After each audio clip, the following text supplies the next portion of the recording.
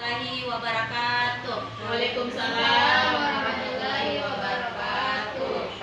Baiklah, alhamdulillah wa syukurillah, hari ini kita masih diberi kesehatan untuk berada di sekolah kita tercinta. Dan hari ini saya mengucapkan terima kasih banyak kepada rekan-rekan Bapak dan Ibu guru untuk hadir di ruangan ini untuk mengikuti diseminasi budaya positif. Dan ini adalah bentuk aksi nyata saya sebagai calon guru penggerak yang saya pelajari pada modul 1.4. Baiklah, terima kasih banyak sebelumnya Bapak Ibu guru. Nah, hari ini saya akan memaparkan mengenai diseminasi budaya positif yang ada di sekolah kita di SD Negeri Bontokamase. Adapun konsep utama budaya positif yaitu yang pertama perubahan paradigma belajar, disiplin positif, motivasi perilaku manusia, kebutuhan dasar manusia, posisi kontrol, keyakinan kelas, dan segitiga restitusi.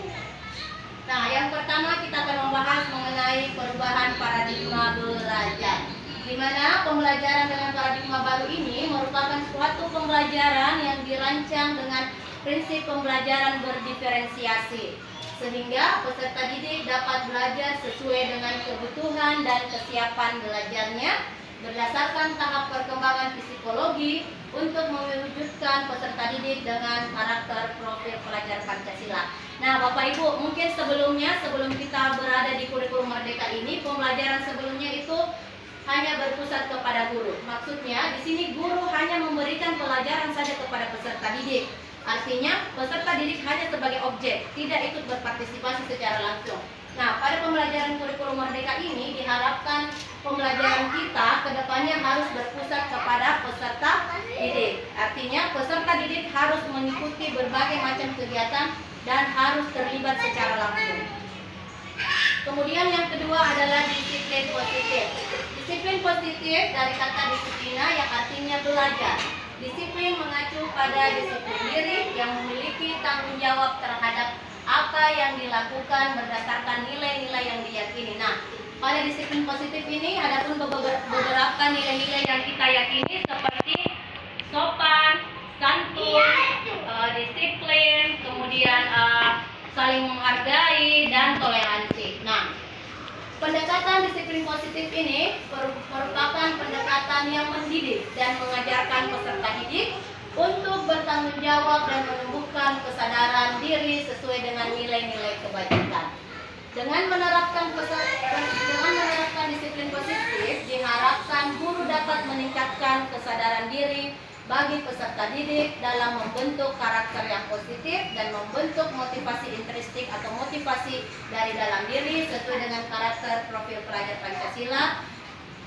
Kemudian yang ketiga, penerapannya melalui pembuatan kesepakatan kelas atau keyakinan kelas yang sepertinya di sekolah kita sudah kita laksanakan beberapa tahun kemarin. Alhamdulillah sudah dilaksanakan kesepakatan kelas atau keyakinan kelas. Dan yang ketiga adalah kebutuhan dasar manusia. Nah, Bapak Ibu, kebutuhan dasar manusia itu ada 5. Yang pertama untuk bertahan hidup atau survival. Yang kedua, kasih sayang dan rasa diterima. Yang ketiga, kebebasan. Yang keempat, kesenangan. Dan yang kelima adalah penguasaan. Di mana kebutuhan dasar ini adalah sesuatu yang kita lakukan untuk mendapatkan apa yang kita inginkan. Karena di setiap tindakan maupun perbuatan yang kita lakukan pasti memiliki tujuan tertentu. Dan yang keempat adalah motivasi perilaku manusia. Nah, motivasi perilaku manusia ini terbagi 2. Ada yang namanya motivasi eksternal, yaitu yang pertama menghindari ketidaknyamanan atau hukuman. Nah, biasanya ini yang ada pada peserta didik kita. Yang kedua, mendapatkan imbalan atau penghargaan dari orang lain. Nah, ini adalah motivasi eksternal. Jadi ada beberapa perilaku manusia yang seperti kita menghindari hukuman karena kita merasa tidak nyaman. Yang kedua itu kita ingin melakukan sesuatu karena ada imbalan atau ada penghargaan yang harus kita dapatkan.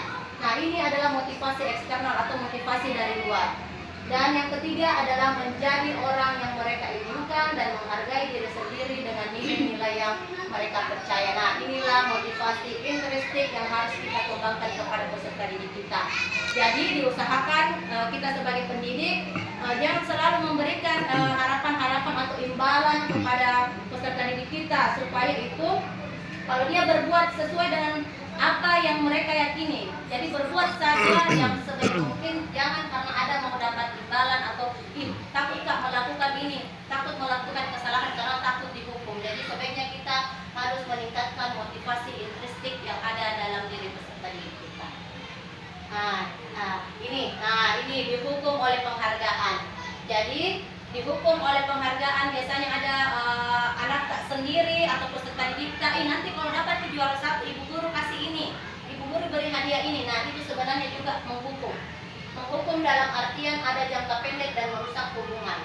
Jangka pendeknya itu jika kita menggunakan penghargaan lagi dan lagi, maka orang tersebut akan merasa tergantung serta kehilangan motivasi dari dalam. Jadi mereka ingin melakukan sesuatu karena ada imbalan atau penghargaan yang dia dapatkan. Yang kedua, penghargaan merusak hubungan. Maksudnya di sini penghargaan menciptakan persaingan di dalam kelas. Karena bisa saja beberapa dari siswa memang ada yang pintar, tapi ada juga yang kurang. Maksudnya, ide ibu guru itu terus yang dikasih penghargaan, saya tidak. Jadi itu merupakan peserta didik merasa kecewa bersama, baik sama teman kelasnya maupun sama kita atau gurunya. Nah, Bapak Ibu, di sini saya bertanya, apakah menurut Bapak Ibu hukuman itu sama dengan konsekuensi? Sama atau tidak? Berbeda ya? Berbeda, betul. Hukuman itu bersifat langsung, tiba-tiba dan secara satu arah. Contoh, kita guru menghukum murid tiba-tiba kalau dia berbuat salah, kenapa kita begini tanpa mendengarkan terlebih dahulu apa yang murid itu tanpa mendengarkan terlebih dahulu pendapatnya. Sedangkan konsekuensi ini bersifat dua arah. Nah, sudah kita lakukan ini ya di kelas masing-masing. Kalau konsekuensi itu, contoh peserta didik membuang sampah di kelas. Nah, konsekuensinya apa? Mengambil sampah itu kemudian membuangnya di tempat sampah. Jadi itu adalah konsekuensi yang sesuai dengan hasil perbuatannya. Nah, di sini ada soal. Nah, kita diskusi ya Bapak Ibu. Siti mencoret-coret di buku Tini. Ibu guru meminta Siti segera membersihkan coretan di buku Tini. Nah, tindakan ibu guru sebaiknya adalah penerapan apa kira-kira? Apakah dia hukuman atau konsekuensi? Konsekuensi. Kenapa? Iya, betul sekali, jawabannya adalah konsekuensi karena apa yang dilakukan oleh Tini itu sesuai dengan konsekuensi yang sebelumnya sudah disepakati bersama. Artinya dia membersihkan coretan di buku Tini. Oke, pertanyaan selanjutnya. Budi terlambat 10 menit mengikuti pelajaran olahraga. Murid-murid yang lain telah melakukan pemanasan dan sedang bermain bola basket. Pak Sidik melihat Budi terlambat hadir dan mengatakan bahwa Budi harus keliling lapangan sebanyak 2 kali. Nah, kira-kira ini hukuman atau konsekuensi? Hukuman. Kenapa hukuman? Karena iya, betul, karena berbeda dengan tindakannya. Karena ini meminta Budi keliling lapangan sebanyak 2 kali. Saya rasa itu ada hukuman karena terlalu berat ya. Dia hanya terlambat 10 menit. Sebaiknya mungkin diberi pelajaran tambahan setelah mata pelajaran olahraga. Nah, ini tadi. Apa itu hukuman? Nah, sudah saya tadi jelaskan bahwa hukuman adalah sesuatu yang dijatuhkan kepada peserta didik yang membuat kesalahan. Hukuman sifatnya tiba-tiba dan menyakiti, baik menyakiti secara fisik ataupun psikis. Sedangkan konsekuensi merupakan akibat langsung dari suatu perbuatan yang dilakukan oleh peserta didik. Nah, di sini, ini baik sekali sebenarnya kita pelajari, Bu. Di sini ada hukuman, konsekuensi dan restitusi. Nah, kemudian pembelajaran saya di CGP modul 1.4 itu kami mempelajari ini, bedanya hukuman, konsekuensi dan restitusi. Nah, sebaiknya kita menghindari hukuman. Konsekuensi bisa dilakukan, yang penting sesuai dengan perbuatan peserta didik kita. Jadi kita memberikan konsekuensi atau tidak terlalu berat hukumannya, tapi yang paling baik adalah kita melakukan restitusi. Di mana restitusi ini contohnya, contoh kasus peserta didik membuang sampah di kelas. Hukumannya guru menghukum peserta didik membersihkan WC. Ini terlalu berat ya, hanya membuang sampah di kelas, tapi hukumannya membersihkan WC. guru marah dan peserta didik menjadi takut. Sedangkan konsekuensi yang diberikan, guru memberikan konsekuensi dengan mengarahkan peserta didik mengambil sampah tersebut lalu membuangnya. Ini sesuai. Guru tegas dan peserta didik juga menghormati peraturan kelas. Dan yang ketiga adalah restitusi. Nah, di sini pada kegiatan restitusi, guru menanyakan keyakinan kelas, karena sebelumnya kita sudah melakukan keyakinan kelas yang ditempel di kelas kita masing-masing. Inilah nilai-nilai apa saja yang dia yakini.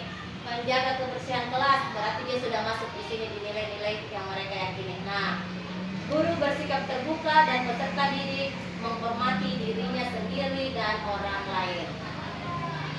Kemudian lanjut, yang selanjutnya adalah posisi kontrol guru. Nah, ini posisi kontrol guru atau kita sebagai pendidik ada 5.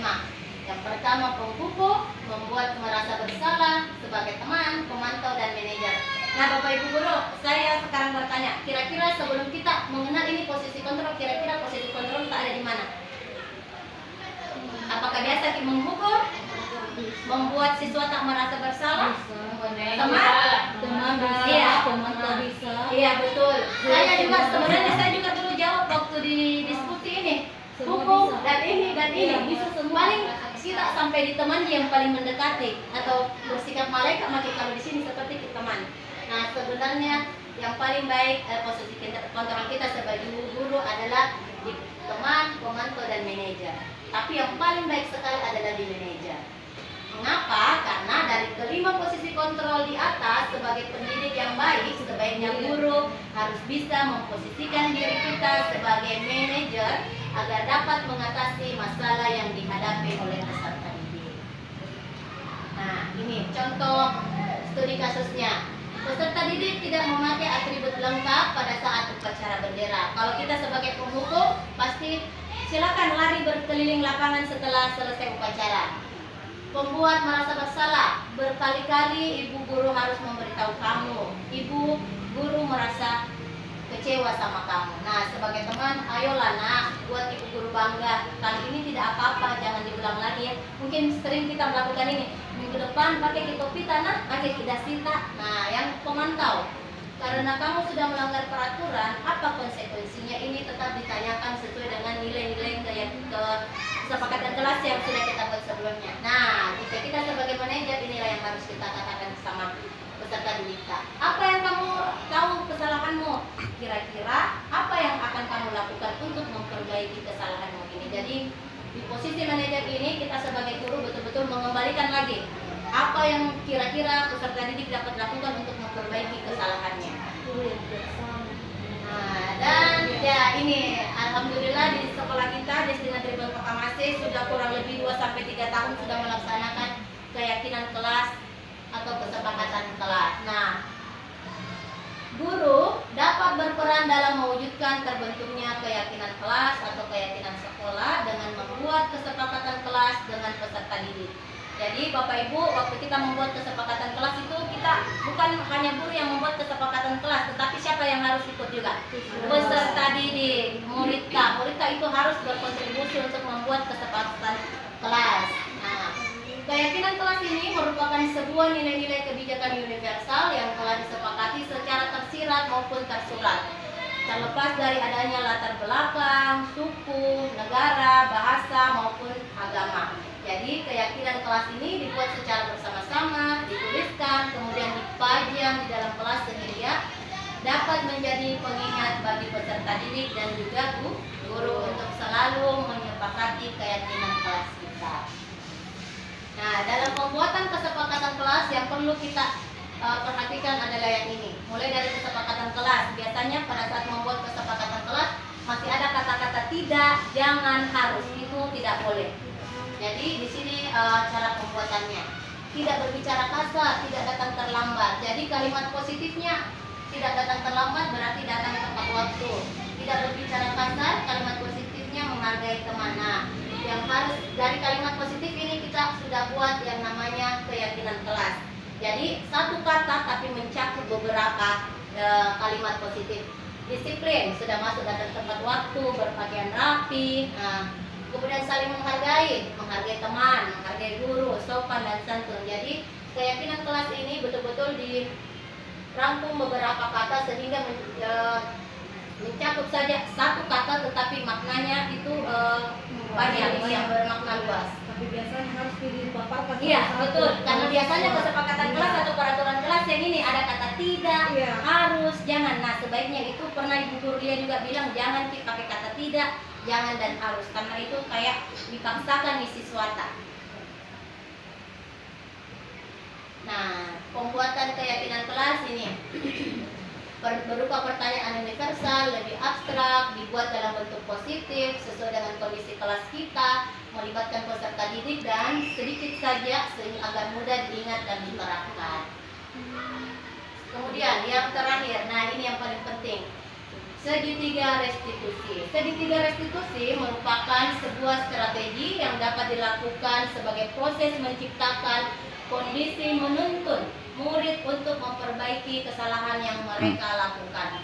Nah, Bapak Ibu, di dalam segitiga restitusi ini kita bisa gunakan strategi ini kalau ada peserta didik yang mungkin menurut kita nakal atau sedang sering membuat kesalahan. Sebaiknya kita dapat melakukan pendekatan ini, segitiga restitusi. Di mana segitiga restitusi ini dibagi tiga. Yang pertama adalah menstabilkan identitas, kedua validasi kebutuhan, dan menanyakan keyakinan kelas. Nah, ini tiga tahapan dalam menerapkan segitiga restitusi. Dengan menerapkan segitiga restitusi, guru dapat membantu peserta didik menjadi lebih memiliki tujuan, pemberian disiplin positif, dan dapat memulihkan dirinya sendiri setelah berbuat kesalahan. Tujuan dari penerapan segitiga restitusi ini membuat peserta didik lebih memahami dan menghargai nilai-nilai kebajikan yang mereka percayai, seperti nilai-nilai keyakinan kelas yang sudah dibuat bersama peserta didik. Nah, peran guru dalam menciptakan budaya positif. Guru sebagai pendidik harus memiliki kemampuan tidak hanya menguasai materi, tetapi guru dapat belajar menerapkan budaya positif kepada peserta didik baik di kelas maupun di lingkungan sekolah kita. Budaya tersebut dapat dijalankan dengan menerapkan konsep-konsep inti seperti yang tadi, yang ini, mulai dari paradigma baru, budaya positif, motivasi perilaku manusia, kebutuhan dasar, sampai segitiga restitusi. Nah, kesimpulannya yaitu dalam menciptakan budaya positif, sebaiknya kepala sekolah, rekan-rekan guru, dan orang tua, peserta didik itu harus berkolaborasi sehingga apa yang kita terapkan bisa dijalani dengan baik, diterapkan secara konsisten, dan peserta didik menjadi lebih bertanggung jawab dan mandiri. Cukup sekian yang dapat saya sampaikan. Terima kasih banyak atas kesempatannya. Assalamualaikum warahmatullahi wabarakatuh. Waalaikumsalam warahmatullahi wabarakatuh. Assalamualaikum warahmatullahi wabarakatuh. Waalaikumsalam warahmatullahi wabarakatuh. Bagaimana kabarnya hari ini? Alhamdulillah baik. Semoga kita selalu diberi kesehatan agar dapat ke sekolah dan menjalankan kewajiban kita sebagai pelajar yang hidup belajar. Dan untuk teman-teman kita yang tidak hadir hari ini, kita doakan semoga diberi kesembuhan dan bisa kembali ke sekolah dan belajar bersama kita kembali. Nah, baiklah anak-anakku, untuk pertemuan kita kali ini, sebelum kita mulai ke pembelajaran selanjutnya, Ibu Guru akan membuat terlebih dahulu yang namanya kesepakatan. Kesepakatan ataupun keyakinan. Nah, sekarang Ibu Guru bertanya, kenapa kesepakatan kelas bukan keyakinan, bukan peraturan? Ada yang tahu? Ada? Ada? Rafa? Apanya Rafa? Nah, kenapa? Kenapa Ibu Guru keyakinan kelas bukan peraturan kelas saja? Kenapa?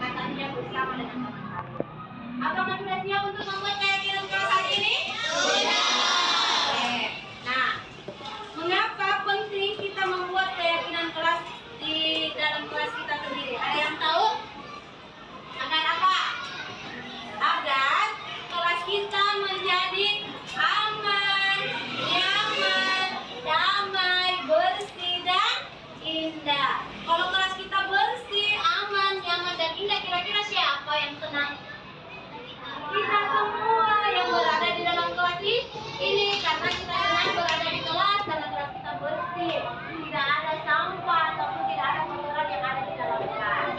Nah, karena kebersihan adalah sebagian dari iman. Nah, baiklah anak-anakku kelas 5. Sebelum kita lanjut ke pelajaran selanjutnya, Ibu Guru akan membagikan beberapa sticky note. Jadi setiap anak berhak mendapatkan satu sticky note dan dituliskan apa kesepakatan atau keyakinan kelas yang akan kalian tuliskan di sini. Sebagai contoh, kira-kira kalian senang tidak kalau kelas kita bersih? Kira-kira apa kesepakatan yang harus kita tulis di sini? Apa? Melaksanakan piket kelas. Nah, betul ya. Pelaksanaan piket kelas sudah Ibu Guru bagi dari awal semester, yaitu masing-masing kelompok terdiri dari 6 siswa. Oke. Najwa, kira-kira kesepakatan kelas apa yang Najwa akan tuliskan nanti di sini untuk menjaga kebersihan? Pintar sekali, Najwa akan menuliskan membuang sampah pada tempatnya. Oke. Nah, kalau kelas kita menjadi damai dan aman, kira-kira apa yang akan kita tulis? Saling tolong menolong, saling menghargai. Karena kalau kita saling menghargai, insya Allah semua warga sekolah, warga kelas akan merasa teman kelasnya menjadi saudara dan tidak ada yang bertengkar, serta saling tolong menolong dan saling membantu. Nah, baiklah, Ibu Guru akan bagikan sticky note ini masing-masing satu orang ya.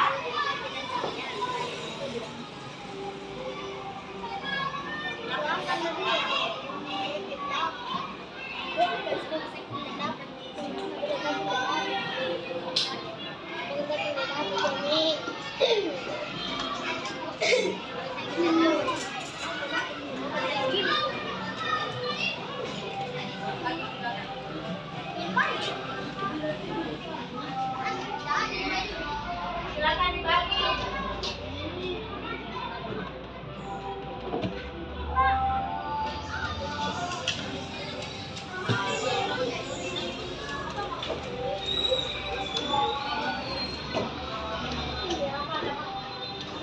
Angkat tangan yang belum dapat siapa?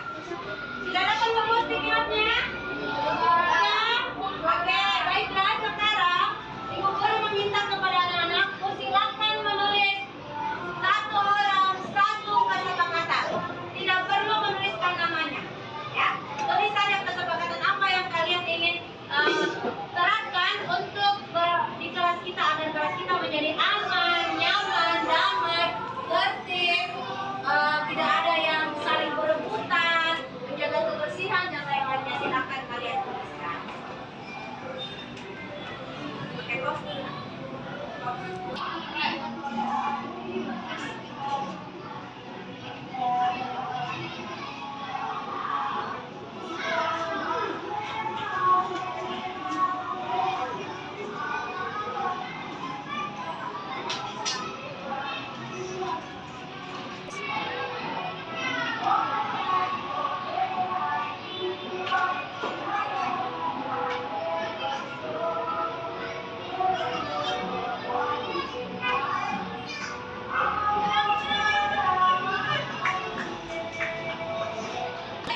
Oke, sudah semua? Sudah. Angkat semua dulu keyakinan kelasnya. Oke, apakah sudah dituliskan semua? Sudah. Sekarang Ibu Guru meminta silakan ditempelkan. Yang bisa tempel yang ini. Tempel di atas di. Ayo, silakan mulai dari kelompok ini dulu harus tertib. Ya. Silakan.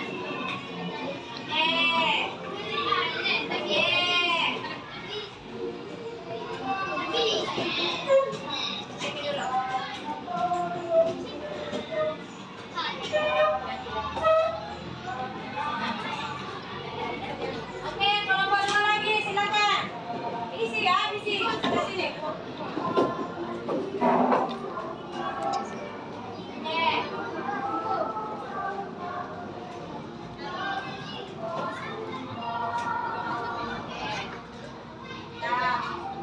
Kelompok sini silakan dikumpulkan.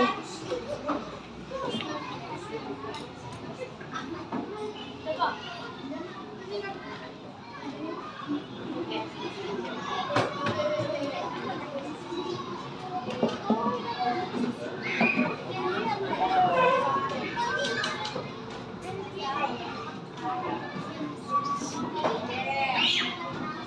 pas ini silakan. Oke, silakan datangkan anak-anak.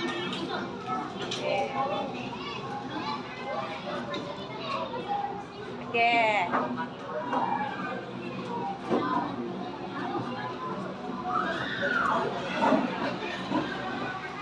Nah, baiklah, anak-anakku sudah menempelkan.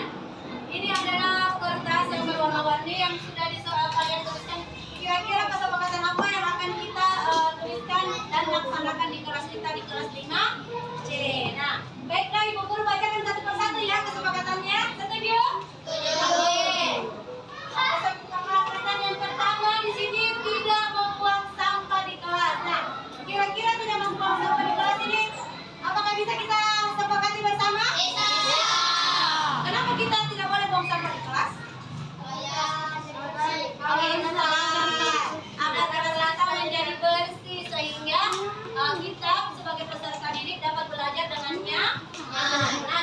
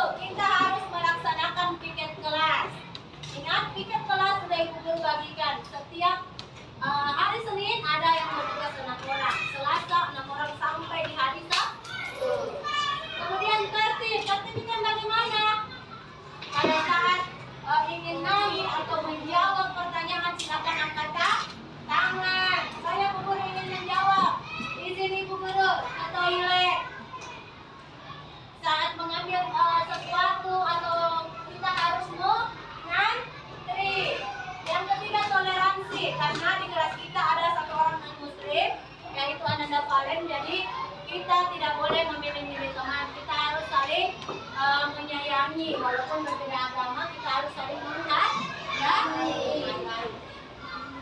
Yang keempat, disiplin. Bagaimana caranya disiplin? Datang tepat waktu, memakai atribut sekolah dengan lengkap, melaksanakan upacara bendera, dan diusahakan 15 menit sebelum jam pelajaran dimulai.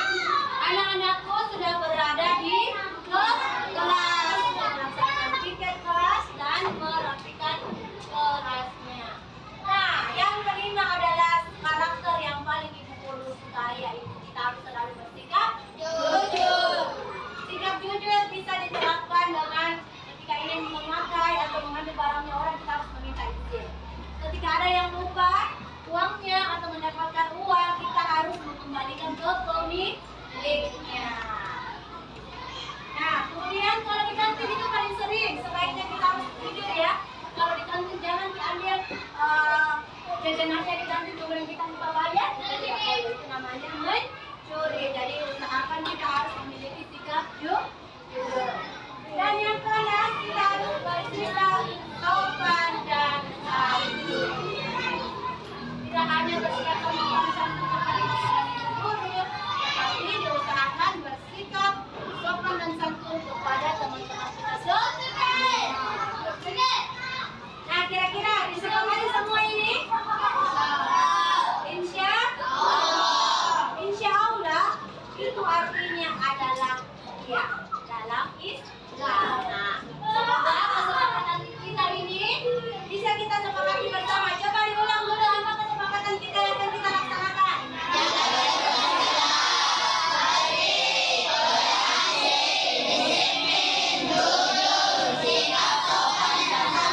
Oke, baik sekali. Tidak perlu terlalu banyak keyakinan kelas. Walaupun hanya ada 6 poin, tapi insya Allah semoga dari ke-6 poin ini bisa kita terapkan dalam kehidupan kita sehari-hari, terutama di lingkungan kelas maupun lingkungan sekolah. Harapannya Ibu Guru ke depannya, semoga anak-anak kelas 5C bisa menerapkan sikap disiplin ini dengan keyakinan kelas sesuai dengan nilai-nilai kebajikan yang universal. Sehingga pembentukan karakter kalian dari SD sudah mulai terbentuk dengan melakukan ataupun melaksanakan keyakinan kelas atau melaksanakan sesuatu dengan apa yang kita yakini secara bersama-sama. Nah, dan ingat, kalau keyakinan ini kita langgar, kira-kira apa akibatnya? Harus ada konsekuensi. Bukan hukuman, tapi bisa saja konsekuensi yang logis dan sesuai dengan apa yang kita sudah sepakati bersama. Tetapi pada saat ini Ibu Guru mungkin tidak sepenuhnya akan melakukan konsekuensi, tapi Ibu Guru akan melakukan yang namanya restitusi. Apa itu restitusi? Ada yang mau tahu? Restitusi adalah sebuah tahapan, ada 3 tahapan di situ yang dapat dilakukan untuk memecahkan permasalahan yang dihadapi siswa. Contoh, ada yang tidak disiplin, contoh yang selalu cerita dan terlambat. Coba jujur, angkat tangannya siapa? Vale, Ahmad, Kaira. Terima kasih sudah mengangkat tangan dan berkata jujur. Nah, kira-kira kalau sering datang terlambat 20 menit atau 15 menit, Ibu Guru biasanya menghukum dengan membaca doa di depan, ya, membaca doa di depan. Itu adalah namanya restitusi, memberikan hukumannya, memberikan suatu konsekuensi sesuai dengan apa yang kita lakukan. Jadi bukan bilang, kalian kamu terlambat 10 menit, harus keliling lapangan 10 menit. Itu tidak sesuai dengan konsekuensi yang dilakukan oleh kalian. Oke, baiklah. Kira Ibu Guru bertanya satu kali lagi, sudah disepakati? Harapannya ke depan Ibu Guru, semoga kita bisa sepakati bersama dan kalian menjadi peserta didik yang memiliki karakter profil pelajar Pancasila. Ayo bersama-sama berdiri depan kunci, berdiri dulu kita rapi pelajar Pancasila. Berdiri. Pelajar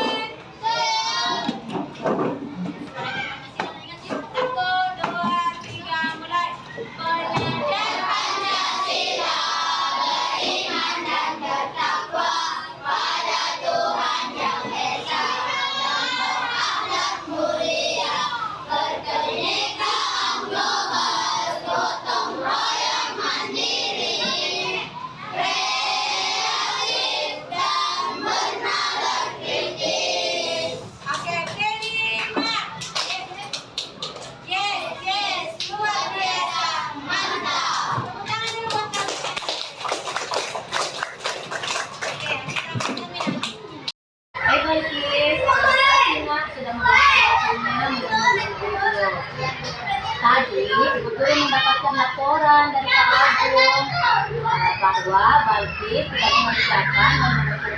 tugas, padahal Pak Guru telah memberikan waktu selama 1 minggu. Apakah itu betul, Balkis? Kenapa Balkis tidak mengerjakannya, Nak? Nah, baiklah, di sini Ibu Guru tidak mencari siapa yang salah atau siapa yang benar, tapi Ibu Guru ingin kita bersama-sama mencari solusi dari permasalahan ini. Nah, Ibu Guru tahu bahwa Balkis itu sangat senang bermain TikTok karena bisa membuat Balkis menjadi happy ataupun senang.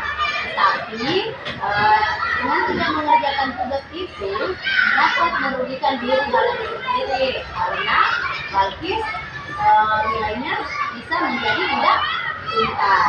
Jadi sekarang Balkis sedang dalam masalah karena Balkis tidak bisa menyelesaikan tugas agama yang diberikan oleh Pak Abu. Nah, baiklah. Sekarang Ibu Guru bertanya, apakah Balkis masih ingat apa saja keyakinan kelas yang sudah kita buat di awal semester lalu? Yang pertama apa?